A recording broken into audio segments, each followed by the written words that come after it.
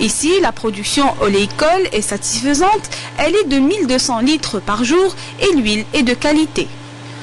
Toutefois, aussi passionnante qu'elle soit, cette activité n'est pas sans conséquences. À chaque campagne oléicole, les huileries actionnent les presses et rejettent des déchets très nocifs pour l'environnement, tels que la margine, un liquide noirâtre qui provient des olives broyées et pressées. La margine peut nuire à l'environnement si elle est mélangée avec de l'eau potable, en sachant que la plupart des huileries rejettent dans les rivières, ce qui pollue le cours de l'eau, les vergers et les cultures.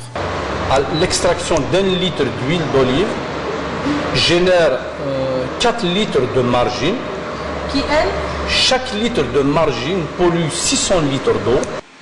Un autre déchet généré par les huileries, le grignon de l'olive. Ce dernier est tout aussi nocif, avec un pH compris entre 4,5 et 4,8. Il porte un préjudice certain, notamment à la faune et à la flore. Paradoxalement, le grignon de l'olive et la margine peuvent être utilisés à bon escient. Ils peuvent servir comme d'excellents engrais pour la fertilisation du sol. Malheureusement, la plupart des gérants des huileries ne le savent pas. Le grignon يروح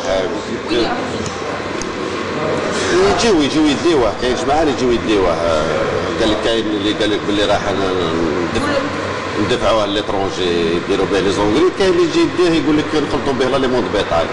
L'idée de recycler les margines ou les grignons, elle s'impose, autant le faire parce qu'on n'a même pas intérêt à les exporter parce que c'est des matières premières qu'on peut obtenir à bon prix et qu'on peut réexploiter pour la fertilisation, pour produire des charbons actifs.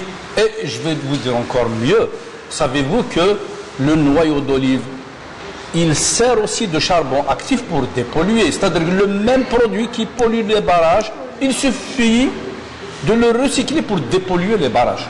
Le volume total des margines et du grignon d'olive éliminé annuellement est très important. Il cause de graves conséquences au milieu naturel et une forte pollution du cours de l'eau.